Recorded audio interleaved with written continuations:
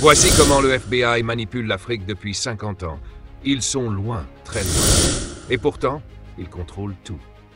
Tu crois que l'Afrique est libre? Tu crois que les décisions viennent de ses présidents? Tu crois que les conflits, les coups d'État, les soulèvements populaires, les assassinats mystérieux sont tous le fruit du hasard? Alors cette vidéo va te déranger.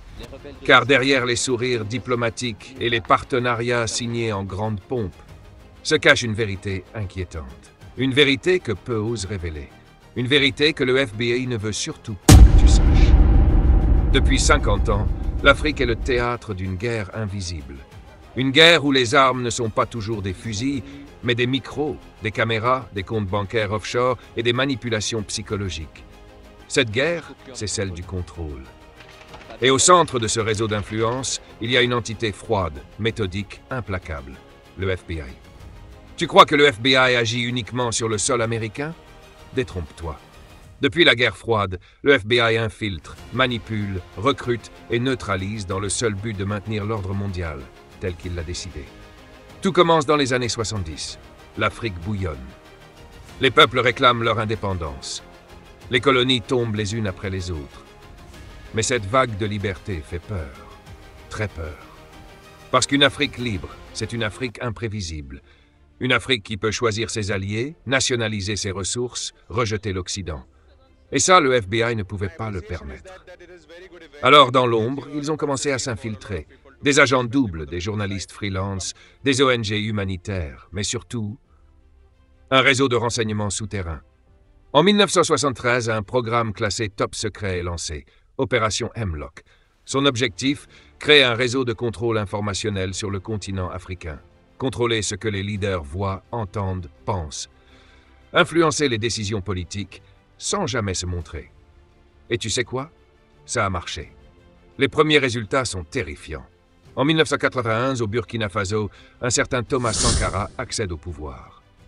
Un jeune révolutionnaire brillant, charismatique, déterminé à libérer l'Afrique de toutes les formes d'impérialisme. Il dérange. Beaucoup. Le FBI le surveille, le profile, l'analyse. Et très vite, il devient une menace de niveau 1. Il est trop populaire, trop intelligent, trop influent. Et quelques mois avant son assassinat, un câble est intercepté entre Ouagadougou et Washington. Objectif Sankara enclenché. Activer l'agent du cercle intérieur. Le reste, tu le connais. Mais Sankara n'était que le début. Au Nigeria, au Congo, en Guinée, au Mali, au Tchad, des dizaines de leaders sont tombés dans des circonstances troublantes. Tous avaient un point commun, ils voulaient se libérer du contrôle occidental.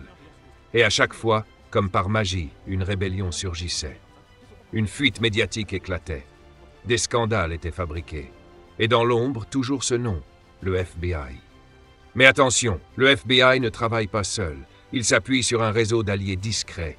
Multinationales, lobbies pétroliers, ONG d'apparence neutre, fondations éducatives, réseaux religieux. Le but, contrôler la jeunesse africaine.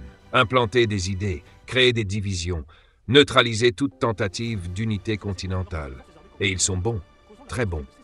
En 2006, un rapport interne de la CIA révélé par Wikileaks évoque une influence américaine invisible mais totale sur les institutions africaines grâce au canal FBI-UNESCO. Tu te rends compte? Même l'éducation est infiltrée. On choisit les livres que lisent les enfants. On choisit les héros qu'on leur montre.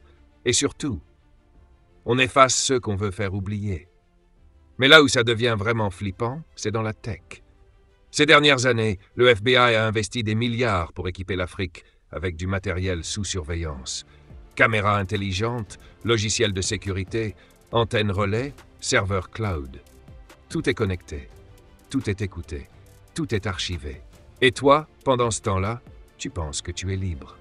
En 2023, une enquête indépendante menée par un ancien analyste de la NSA révèle que 36 gouvernements africains ont été espionnés via un programme secret de filtrage algorithmique. Traduction? Chaque email, chaque appel, chaque réunion, chaque décision politique passe d'abord par Washington. Et pendant qu'on parle de démocratie, on manipule les élections. Des campagnes présidentielles sont influencées, financées, sabotées, selon le camp le plus docile. Et devine qui s'occupe de tout ça?